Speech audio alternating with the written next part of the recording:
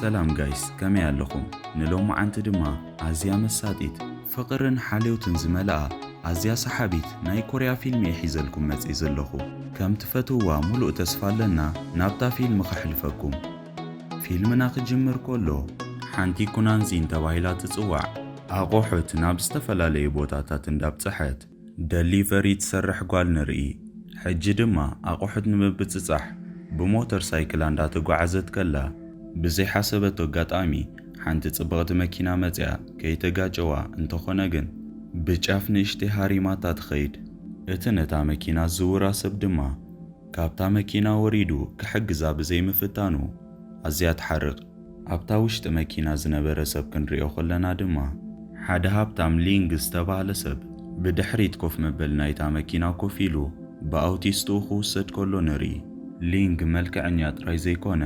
ንሓደ ፍሉጥ ካምፓኒ ዘመሓድር ኣዝዩ ሃብታም ዝኾነ ሰብ እዩ ኣጋጣሚ ኮይኑ ድማ እታ ደሊቨሪ ትሰርሕ ጓል ፊዮሪታት ሒዛ ናብዚ ካምፓንያ መጽያ ነይራ ኣብቲ ኣፍ ደገ ድማ እታ ቀዲማ ዝሃረመታ መኪና ምስ ረኣየታ እቲ ሽዑ ዝተፈጥረ ነገር እንዳዘከረት ክትሓርቕ ትጅምር እንደገና ድማ እቲ ፊዮሪ ከተምጽኦ ዝተኣዘዘት በቲ ኣብታ ውሽጢ መኪና ዝነበረ ናይቲ ካምፓኒ መሓዳሪ ስለ ዝኾነ ነቲ ፊዮሪ ትህቦሞ ብሊፍት እንዳኸዱ ከለዉ ክልቲኦም ሱቕ ኢሎም ጽቡቕ ገይሩ ኸማን ክዛረባ ብዘይምኽኣሉ በቲ ኩሩዕ ባህርያቱ እንዳተገረመት ትመጽእ ብምቕጻል ድማ ብመኪኑ እንዳተጓዓዘ ከሎ ብድሕሪኡ ካልእ መኪና ትከታተሎ ከም ዘላ ፈሊጡ ካብኦም ንምምላጥ ናብ ካልእ መንገዲ ኣንፈት ቀይሩ ብቕልጡፍ ክዝውር ይጅምር እንተኾነ ግን ዘይሓሰቦ ነገር ተፈጢሩ ናይታ መኪና ናይ ነዳዲ ቱቦ ከፍስስ ጀሚሩ ፍሬኖ መሓዚ ኣብዮ በዚ ምኽንያት ድማ እታ መኪና ኣንፈታ ስሒታ ናብ ገምገም ባሕሪ ይግልበጥ ድሕሪ ሰዓታት ድማ ካብቲ ዘጋጠሞ ሓደጋ ሒሽዎ ናይ ምሸት ከባቢ ድማ ዝናብ እንዳዘነበ ብእግሩ ካብቲ ቦታ ክንቀሳቐስ ይጅምር እንተኾነ ግን ናንሲ በታ ሞተር ሳይክላ ትኸይድ ስለ ዝነበረት ናብ ቅድሚያ ምስ መጸ ከይፈለጠት በታ ሞተር ሳይክል ተሃርሞ በዚ ኣጋጣሚ ድማ ንሱ ርእሱ ይስሕት ናንሲ ድማ ብቕልጡፍ ናብ ሆስፒታል ትወስዶሞ ሕክምና ተገይሩሉ ክነቅሕ ከሎ ንርኢ እንደገና ኸኣ ነዚ ሰብ ኣብቲ ካምፓኒ ሪኣቶ ከም ዝነበረት ትዝክር እንዳሓገዘቶ ኸላ ድማ ኣጋጣሚ ትስዕሞሞ ብስምባደ ካልኣይ ግዜ ርእሱ ይስሕት እቲ ዘጋጠመ ናይ መኪና ሓደጋ ድማ ኣብ ዜና ስለ ዝቐረበ ቤተሰቡ ድማ ነዚ ምስ ሰምዑ ካብ ኣቡኡን ካብ ሓፍቱን ወጻኢ ወላ ሓደ ዝተገደሰሉ ሰብ ኣይነበረን ሊንግ ድማ ድሕሪ ዝተወሰነ ደቓይቕ ምስ ነቐሐ ደጊሙ ነታ ፊቱ ዘላ ጓል ምስ ረኣያ ብሞተር ሳይክል ስለ ዝሃረመቶ ናብ ፖሊስ ንኽድውል ይነግራ ንሳ ድማ የቕሬታ እንዳሓተተቶ ብዛዕባ እቲ ሓደጋ ይኹን ናይዚ ሕክምና ወጻኢታት ባዕላ ከም ትኸፍሎ ብምዝራብ ነቲ ወጻኢታት እንዳኸፈለትሉ ኸላ በቲ ዘጋጠሙ ሓደጋ ምኽንያት ሊዮ ካብ ስሙን ካብቲ ትማል ዘጋጠሙ ሓደጋ ንወጻኢ ወላ ሓንቲ ዝዝክሮ ነገር ከም ዘየለ ትርዳእ በዚ ምኽንያት ድማ ብዛዕባ ቤተሰቡን ብኻልእ ነገርን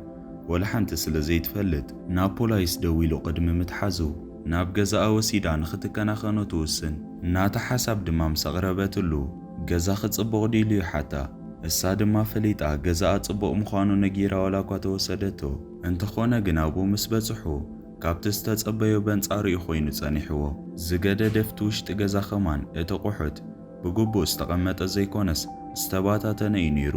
በዚ ምኽንያት ድማ ኣብ ዓራት ካብ ዝድቅስ ኣብ ሳሎን ክድቅስ ከም ዝሕሾ ይነግራ ኣብ ቀጻሊ መዓልታት ድማ ንሳ ናብ ስራሕ ምስ ከደት መግቢ ክሰርሕ ምስ ፈተነ ቅድሚ ሕጂ ዝተሰርሓሉ መግቢ እምበር ባዕሉ መግቢ ሰሪሑ ስለ ዘይፈልጥ ኣብቲ ውሽጢ ገዛ ንእስ ዝበለ ሓዊ ብምቅጻል ኣጋጣሚ ብኡ ምኽንያት ይፍጠር ካብዚ ወጻኢ ድማ ኣብ ደገ ወፂኡ እንዳተንቀሳቐሰ ከሎ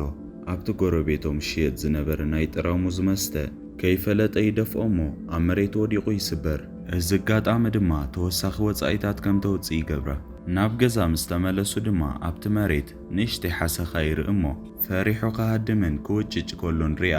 ንዕኡ እንዳተላገጸትን በቲ ዝፍጠር ዘሎ ነገራት ድማ ክትዘናጋዕ ትጅምር እሱ ግን በቲ ሓሰኻ ምኽንያት ሕጂ መጸኒ ዋላስ ድሓር እንዳበለ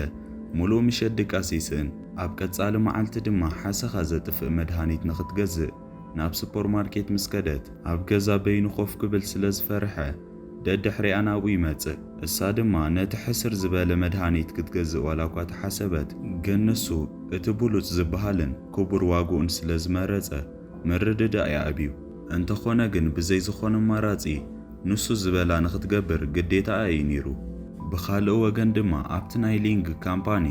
እቶም ሰራሕተኛታት ይኹኑ ኣብ ዜና ሊንግ ሞይቱ እዩ ዝብል ዘረባ ክበዝሕ ይጅምር። ነቲ ዜና ድማ ኣንሲየን ሊንግን ሪኦሞ ስለ ዝነበሩ ኣንሲየ መልክዐኛ ምዃኑ እንዳነገረት ስእሊ እንዳሰኣለት ናብ ሶሻል ሚድያ ንኽትዝርግሖ ትፍትን። ንሱ ድማ ነቲ ዝሰኣለቶ ስእሊ ንምርኣይ ሞባይላ ምሳሕ ደጋ ነታ ሞባይላ ክትሕድግ ክትብል ክልቲኦም ብጣዕሚ ይቀራረቡ። ድሕሪ ደቃይቕ ድማ ክልቲኦም እንዳተረዳድኡን እንዳተቀራረቡን ይመጹ። እንደገና ኸኣ መብራህቲ ይጠፍእ እሞ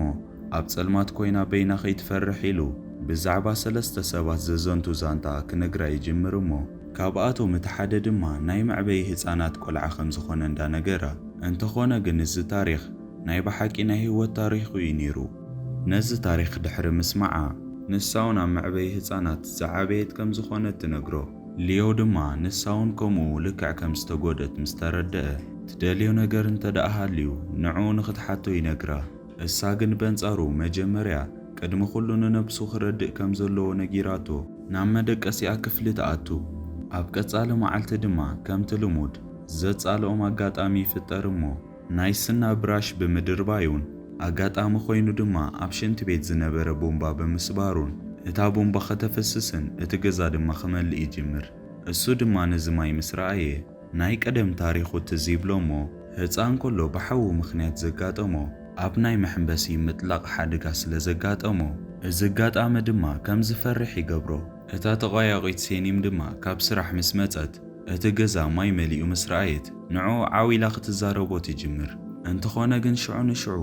ናይ ማይ ምፍሳስ ድምፂ እንተሰሚዑ ከም ዝሓመመን ናይ ከምዚ ዓይነት ድምፂ ፎብያ ድማ ከም ዘለዎ ምስ ተረድአት ሄድሴት ትገብረሉ እሞ ኩሉ ነገር ንኽርስዖ ድማ ትሕግዞ። እንተኾነ ግን ዘይሓሰብዎ ክልቲኦም ብዝበለጽ እዮም ዝቀራረቡ ነይሮም። ኣብ ቀጻሊ መዓልቲ ድማ ክልቲኦም ብሓደ ኮይኖም ናይ ሃገሮም ናይ ፍቕራዊ ፊልም እንዳረኣዩ ከለዉ ሊንክ ከምቲ ናይ ፍቕራዊ ፊልም ዝረኣዮ ፍቕሩ ንምግላጽ ብዝመስል መልክዕ ገዛ እንዳጽረየት ከላ ጃኬት ሒዙ መጺኡ ንኽኸድና ይፍትን። እንተኾነ ግን ኣብ ናይ ሙቐት ጊዜ ስለ ዝነበረ ክኾነሉ ይከኣለን። ካብዚ ብተወሳኺ ድማ መግቢ እንዳበልዑ ከለዉ ኣብ ጥቓ ኣፋ ዝነበረ መግቢ ክጸርገላ ዋላ እኳ ተፈተነ ሕጂ እውን ክሰልጦ ይከኣለን። ካብኡ ድማ ነቲ ኣብ እግሩ ዘጋጠሙ ሓደጋ ንኽሕከም ናብ ሆስፒታል ሒዛቶ ምስ ከደት ነታ ነርስ ፈሊጡ ናንሲ ክስሓቅ ከላ ብጣዕሚ ከም ዘጸበቐላ እንዳነገረ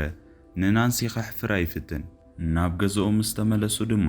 ነቲ ናይ ሻወር ቦታ ማይ መሊኡ ከኣቱ ከም ዝደሊ እንተኾነ ግን በቲ ዘጋጠሞ ናይ እግሩ ሓደጋ ምኽንያት ካብኡ ክወፅእ ከሎ ስለ ዘይጥዕሞ ኣብ ጎኑ ኮይና ንኽትሕግዞ ይሓታ። እሳ ድማ በቲ ዝፍጠር ዘሎ ነገር እንዳሓፈረት ብሓሳቡ ትሰማማዕ። ንሱ ድማ ኣብቲ ማይ ዝመልኦ ኮይኑ መሕፀቢ ሻምፖ ንኽተቐብሎ ይሓታ። እሳ ድማ ስለ ዝሓፈረት ገጻ ዙይራ ክትህቦ እንዳፈተነት ከይፈለጠት ኣብ ደረቱ ትንክፎሞ ክስንብር ትጅምር። ካብኡ ንድሓር ድማ ተሓፂቡ ምስ ወደአ ካብቲ ዝነበሮ ንኽወፅእ ኣብ መንኮባ ተደጊፉ ስለ ዝነበረ በእንጻሩ ግን ካብቲ ዝነበሮ ክወፅእ ክብል ንዓኣ ይጎታ እሞ ንሳ ድማ ኣብቲ ማይ ዝመልአ ምሕፀቢ ነብሲ ትወድቕ። ድሕሪ ዝጋጣሚ ድማ ክልቲኦም ኣብ ሓደ ገዛ እንዳነበሩ ብሕፍረት ምዝርራብ ከቋርፁ ከለዉ ንርኢ። ኣብ ቀጻሊ መዓልቲ ንናንሲ እቲ ሓለቓ ናይ ስራሓ መጺኡ ፍላወር ሒዙ ፍቕሩ ንኽገልጸላ ይፍትን። እሳ ግን ንሕትኡ ክትቅበሎ ይደለየትን ነይራ። እንደገና ኸኣ እቲ ዝፍጠር ዘሎ ነገር ሊንግ ኣብ ውሽጢ ገዛ ኮይኑ ይሪኣ ስለ ዝነበረ ናይ ቅነ ስምዒት ተሰሚዕዎ ሙሉእ መዓልቲ ሓሪቑ። ኣብ ቀጻሊ መዓልቲ ድማ ናይ ሲኔማ ቲኬት ከም ዝገዝአን ብሓደ ኮይኖም ፊልሚ ንኽርእዩ ይሓታ። እሳ ድማ ዋላ እኳ ብሓሳቡ ተሰማሚዓ እንተነበረት ኣብ ስራሓ ኸላ እቲ ሲኔማ ንኺድ ዝበላ ነገር ኩሉ ረሲዓ ነታ ፊልሚ ንኽርእዩ ዝተቋጸሩሉ ጊዜ ይሓልፍ። ካብኡ ድማ ብቕልጡፍ ናብቲ ናይ ሲኔማ ቦታ ምስ ከደት በይኑ ኣብቲ ናይ ሲኔማ ቦታ ከባቢ ኮፍ ኢሉ ይጸንሓ። ነቲ ዝተፈጥረ ነገር ድማ ከተረስዖ ስለ ዝደለየት ይቕሬታ ተሓቶ እሞ ናይ ካልእ ፊልሚ ቲኬት ብምግዛእ ክልቲኦም ብሓደ ኮይኖም ካልእ ፊልሚ ንኽርእዩ ትገብር። ናብ ገዝኦም ምስ ተመለሱ ድማ ንመጀመርያ ጊዜ ናብ መደቀሲኣ ክፍሊ ክትከይድ ከላ ብሩኽ ለይቲ ይብላ። እሳ ድማ ኣብ ቀጻሊ መዓልቲ ካብ ድቃሳ ምስ ተስአት ሊንጋ ውሽጢ ገዛ ክትረኽቦ ስለ ዘይከኣለት ምሸት ብሩኽ ለይቲ ዝበላ ይፋነዋ ከም ዝነበረ ይርድኣ። እንደገና ኸኣ ክሳብ ሕጂ ናይ ቀደም ዝዝክሮ ነገር ከም ዘይብሉ ስለ ተሓስብ ኣብ ኩሉ ቦታ እንዳኸደት ንዕኡ ክትደሊ ትጅምር። በንጻሩ ግን ሊንግ ብምስጢር ምስ ሓደ ሰብ ይራኸብ እሞ ክሳብ ሕጂ ብዝተፈጥረ ነገር ክዘራረቡ ይጅምሩ። እንደገና ኸ ወልሓንቲ ዝዝክሮ ነገር ከም ዘይብሉ ተመሲሉ ዝነበረ ፈሊጡን መዲብዎን እዩ ነይሩ። ምኽንያቱ ኣብ ሓንቲ ናይ ኣቦኡ ዶኩመንት ናይ ኣንሲ ስእሊ ከም ዝረኣየን ኣቦኡ 5% ናይቲ ካምፓኒ ኣክስዮን ብኣንሱ ስም ከም ዝኾነ ምስ ተረድአ ኣንሱ ማለት ብርግጽ ነብኡ ጓሉ ከም ዝኾነት ንኽረጋግጽ ይደሊ ነይሩ። ካብኡ ድማ ኣንሱ ሙሉእ መዓልቲ ንዕኡ ትደሊ ከም ዘላ በቶም ናቱ ሰባት ምስ ተረድአ ናብቲ ዘላቶ ቦታ ኸይዱ ይረኽባ። ካብኡ ድማ ንደቓይቕ ዝኣክል ምስ ተዘራረቡ ንዕኡ ሒዛቶ ናብ ገዛኣ ትኸይድ። ሊንግ ድማ ካብዛ መዓልቲ ንድሓር ሙሉእ ብምሉእ ብዝበሃል ደረጃ ጠባዩ ተቐይሩ ንዓ ጥዑም ምግብታት እንዳሰርሐ እንዳቐረበላን ሓደሽቲ ተለብጅንን ኮምፒተርን ድማ ይገዝኣላ። ንሳ ድማ ገንዘብ ካበይ ከም ዘምጽአ ምስ ሓተተቶ ፈሊጡ ሎቶሪ በፂሕኒ እዩ ዋላ እኳ ተበላ ክትኣምኖ ስለ ዘይከኣለት ዝተፈላለየ ናይ ኤቲኤም ካርድታት ኣውፅኡ ምስ ረኣያ ሃብታም ምዃኑ ትርዳእ። ኣብ ቀጻሊ መዓልቲ ድማ ኣብ ናይ ስራሕ ቦታኣ ኾይና መሓዙታ ብዛዕባ ኣፍቃሪአን ክዕልላ ኸለዋ እሳ ድማ ፈሊጣ ኣፍቃሪ ከም ዘለዋ ትነግረን። እተን መሓዙታ ድማ ምሸት ናብ ገዛኣ ኾይነን ብሓደ ኾይነን ንኽዘናግዓ ክእምንኣ ምስ ፈተና ኣብ ገዛኣ ወዲ ከም ዘሎ ንኸይፈልጣ ሓሲባ ብጽሑፍ መልእኽቲ ንሊንግ መሓዙታ ይመጻ ስለ ዘለዋ ክሕባእ ትነግሮ። እንተኾነ ግን ሊንግ በንጻሩ ኣብቲ ውሽጢ ገዛ ዝተፈላለየ ዓይነት መግቢ ሰሪሑ ነቶም መሳርሕታ ኣገሪምዎም እዩ ነይሩ። ብኸምዚ ዓይነት መልክዕ ድማ መዓልታት ይሓልፍ እሞ ሓደ መዓልቲ ንናንሲ ናይ ንእስነት መሓዛኣ ከይነገረታ ሰርፕራይዝ ንኽትገብራ ናብ ገዛኣ ትመጽእ። እንደገና ኸኣ ወዲ ኣብ ገዛኣ ብምህላው ካብኡ ንላዕሊ ዘገረማ ነገር ንሱ ኣብቲ ውሽጢ ማይ ዝመልአ ናይ ሻወር ቦታ ኾይኑ ንሳ ድማ ሽጎማነ ከም ተቐብሎ ምስ ረኣየት ክልቲኦም ፍቑራትዮም ኢላ ክትጠራጠር ትጅምር። እንተኾነ ግን ናንሲ ኣብ መንጎ ክልቲኦም ዝኾነ ዓይነት ርክብ ከም ዘየለን ብሞተር ሳይክል ንዕኡ ድሕሪ ምህራማ ሓላፍነታ ብምውፃእ ንዕኡ ብምሕጋዝ ትሰርሕ ከም ዘላ ትነግራ። እታ መሓዛኣ ድማ ነዚ ምስ ሰምዐት ንቤተሰባ ኽተታልሎም ስለ ዝሓሰበት ንሊንግ ልክዕ ከም ኣፍቃሪኣ ጌራ ንቤተሰባ ንኸተላልዮም ፍቓድ ተሓታ። እሳ ድማ ብቐንኢ ምኽንያት ወላ ሓንቲ መልሲ ክትህባ ስለ ዘይከኣለት እታ መሓዛኣ ድማ ባዕላ ናብ ሊንግ ትኸይድ እሞ ንቤተሰባ ንኽትእምን ፈሊጦም ፍቑራት ንኽመስሉ ተሓቶ። ንሱ ድማ ብቐሊሉ ንሕቶኣ ተቐቢልዎ እዩ ነይሩ። እንተኾነ ግን ናንሲ ኣብ ቀጻሊ መዓልቲ ብቐንኢ ካብ መጠን ንላዕሊ ሰትያ ብምስካራ ምኽንያት ንሊንግ ከም ተፍቅሮ ንመሓዛኣ ብተግባራታ ትገልጸላ። እንተኾነ ግን ናንሲ ኣብተን ቀጸልቲ መዓልታት ናብ ናይ ስራሓ ቦታ ኸይዳ ኸላ እቲ ሓለቓ ናይ ስራሓ ነቲ ዘቕረበላ ናይ ፍቕሪ ሕቶ ክትቅበሎ ስለ ዘይከኣለት ካብ መጠን ንላዕሊ ሰትዩን ሰኺሩን ከጥቃዓ ምስ ፈተነ ንሳ ድማ ብፍርሒ ዝኣክል እሳ ህፃን ከላ ኣዲኣ ጸዲፋ ወዲቓ ክትመውት ከላ ዝነበረ ኣጋጣሚ የዘክራ። ብድብዛዝ እንዳጠመተቶ ርእሳ እንዳሰሓተት ከላ እቲ ናይ ስራሓ ሓለቓ ድማ ከጥቃዓ ኽብል ሊንግ ብድሕሪኡ መጺኡ ሃሪሙ ርእሱ የስሕቶ እሞ ንናንሲ ሒዙ ናብ ገዛኣ ይመልሳ። ኣብ ቀጻሊ መዓልቲ ድማ ካብ ድቃሳ ምስ ተስህት ነቲ ስራሓ ንኸተቋርጾ ሓሳብ ዋላ እኳ እንተቐረበላ ንሳ ግን ብሓሳቡ ክትሰማምዓ ኣይከኣለትን ነይራ። በዚ ምኽንያት ድማ ናብቲ ስራሓ ምስ ከደት ካብ ቅድሚ ሕጂ በንጻሩ እቶም መሳርሕታ ፍልይ ብዝበለ ኣኽብሮትን ፍቕርን ከርእይዋ ይጅምሩ። ብተወሳኺ ድማ እቲ ሓለቓ ናይ ስራሓ ገንዘብ ብምጥፍፋእ ተኸሲሱ ካብቲ ስራሕ ክስጎግ ከሎ ትርኢ። እንተኾነ ግን ተሓቂ ነቲ ናይ ደሊቨሪ ኣገልግሎት ዝህብ ካምፓኒ ሊንግ ሙሉእ ብምሉእ ስለ ዝገዝኦ እዩ ነይሩ። ኣብ ቀጻሊ መዓልቲ ድማ በቲ ኣብ ናይ ስራሕ ቦታ ዘሎ ሚስጢራዊ ሰብ ገይሩ እቶም ጸላእቱ ኣብቲ ናቱ ካምፓኒ ክገብርዎ ዝሓሰቡ ነገር ምስ ሰምዐ ክዳውንቱ ቀያይሩ ምስ ኣውቲስትኡ ናብቲ ቦታ ክጓዓዝ ይጅምር። እንተኾነ ግን ሓሳቡ ኩሉ ናብ ናንሲ ስለ ዝነበረ ኩሉ ነገር ገዲፉ ናብ ናንሲ እንዳተመለሰ ኸሎ ንኻልኣይ ግዜ በቲ ናይ ስራሕ ሓለቓ ዝነበረ ምኽንያት ብሓይሊ ወስዳ ከም ዘሎ ምስ ረኣየ በቲ ኣብ እግሩ ዘጋጠሙ ሓደጋ ብዊልቸር ይኸይድ ዋላ እኳ ተነበረ ካብታ ዊልቸር ተስዩ ናብቲ ቦታ ኸይዱ ነቲ ናይ ስራሕ ሓለቓ ዝነበረ ካብ መጠን ንላዕሊ ክቅጥቅጦ ኸሎ ንርኢ። ንሱ እውን ተሃስዩ ስለ ዝነበረ ኣብኡ ይወድቕ። ኣጋጣሚ ኾይኑ ድማ እታ ናብ ስርሑ ትወስዶ ዝነበረት ጓል ኣብቲ ኸባቢ ስለ ዝነበረት ኣብ መኪና ኣደይባ ናብ ናይ ናንሲ ገዛ ትወስዶ። እሱ ድማ ምስ ነቐሐ ንኻልኣይ ግዜ ዝኾነ ሰባባኺ ማህሰይቲ ንኸውርድ ኣይፈቅድን ኢሉ ቃል ይኣትወላ። እንደገና ኸኣ ካብ ቀጻሊ መዓልቲ ጀሚሩ ኣብቲ ካምፓኒ ዝፍጠር ነገር ክቋጻጸር ይጅምር እሞ مبزحتو جيزي بموبايل مستاقوال مسارحتو خزارارب يجمر انتخونا قنانسي اتزفتر زولو نقر مردا سلز آبيا بحبو نوعو اختكاتاتل تجمر امو ناب هوتيل فيوري حيزو مس مسارحتو نخرخب كخيد كولو تري امو بغن سميعيت كوينان حارقا ناب قزاة مليسات خيد انتخونا قنت حاكي اب هوتيل استراخبولو مخنيات بمستير كم زخونن اتوم مسارحتو خلوم دما كم زموتا سلز حسبو ناتو بوتا نخحزو يفتنو خمزلون ابز حجي جيزي دما اب اخيبا خمزلو تنقرو لينك نتوم ناي سرح تسألاتو افهم كعصومن كقرمومن سلز داليه اب ويلشر كوينو نابت كامباني خيد ابز جيزي نايت كامباني اكسيون زخونو خلوم نات سلطان نحاول لينك فانك كركبو ولاكو حاسيبوم تنبرو ليجن نابت كامباني بممزا اتستفتر نقرن كساب حجي حوز قبورو نقر مستزاربه أبو بناي لينج فانج سراح عند حرقة عاويلو خزاربو يجمر بتوساخ دما أقدمو اتفرينو نخيسر حزقبرو السمو خاني فلتو لينج حاو حنق فد خبل كال وسانيتات كقبر وين كم زخل سلز فلته نتا مسارحتو قال نانسي نخت حلوان نخت كتاتلاني حبرا نانسي جن لينج نابت هوتيل فيوري حيزو دحرم اتاو عمونغو تا مسارحتون قال نقر استفتر خمزولو سلز حسبت عبز حجي جيزي لباتا سيرو انتخوان حجون بو فليز بلا سمعيت سلز سمعا بحسابا خمان ابقونا خوفيلو تريا يعنيرا بتمساس على ملكع نسوون ابسروحو خوينو سئلنات عند رأيه مسا زحلفو تصبو جيزيتات كذكر كولو نريو نانسي تسرحالو سرح دما عبز حجي جيزي ناتو سلز خونا كاب حجي ندحر دما نسرح نختمت نخيت دونغن كابتن اي سرح موصي جيزي ادما غنيسو بجيزي اناب جز اخم تخيد يقبر اب قصال معلت دما ابناي اندامع بيه هصانات زعابي حوا دحرنا وح جيزي ناب اي مص ليجن ابتوشت كامبانو خوينو نتا ابناي اندامع بيه هصانات زعابي حوا مسرايه كم كال نجر حسيبو مسكال ود تقرب زلا مسيلو بيتوم ناتو سبات جيرو بزعبات سب كصاري خفتن يجمر كومو دما نانسي كابتن دامع بيه هصانات اتزعبي ابوا ناي لدتو بعلا ملكيتو نابتو بوتا نختمت تتصوع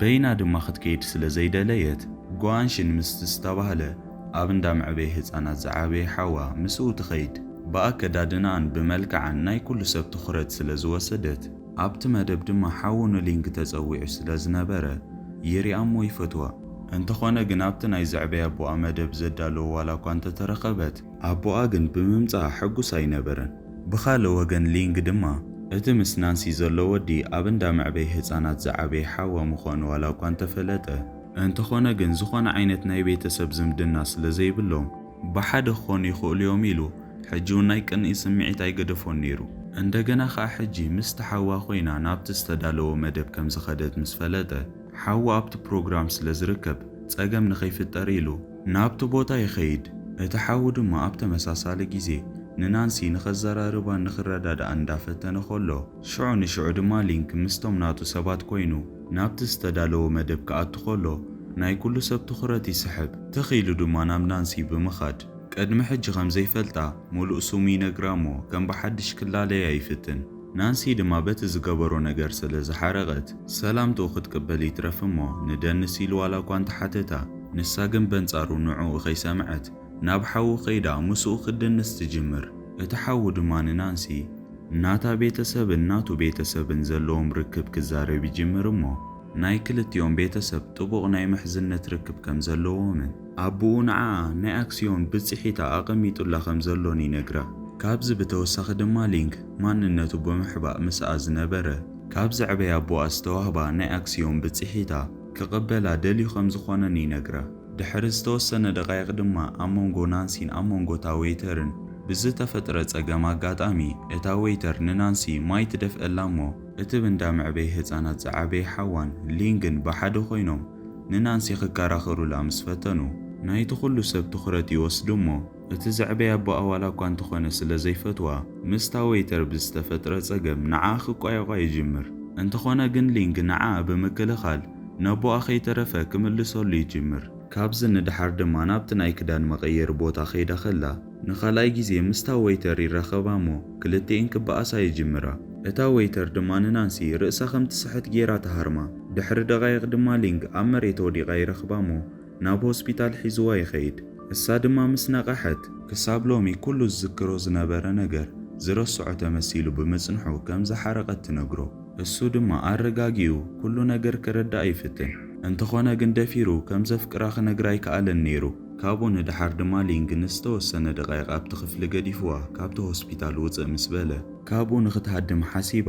ብመስኮት ጌራ ናብ ደገ ክትወፅእ ክትብል እቲ ንእሽተይ ሓዋ ርእይዋ ስለ ዝነበረ እቲ ትገብሮ ዘላ ነገር ከም ተቋርጽ ይገብር። ድሕሪ ዝተወሰነ ደቓይቕ ድማ ሊንክ ናፍቲ ቦታ ዋላ እኳ እንተመፀ ናንሲ ግን ኣብቲ ዝነበረቱ ክፍሊ ክረኽባ ኣይከኣለን። በዚ ምኽንያት ድማ ናብ ገዛኣ ኸይደ ኢሉ ብምሕሳብ ንኽረኽባ ናብ ገዛኣ ዋላ እኳ እንተኸደ እቲ ብንዳ መዕበይ ህፃናት ዝዓበየ ሓዋ ማዕጾ ይኸፍተሉ እሞ ናብ ውሽጢ ገዛ ንኽኣቱ ከም ዘይፈቕደሉን ሕጂ ካብቲ ቦታ ንኽኸይድ ከጠንቅቆ ከሎ ርኢና ናይ ሎም መዓልቲ ቀዳማይ ክፋል ኣብዚ ኣቋሪፅና ኣለና።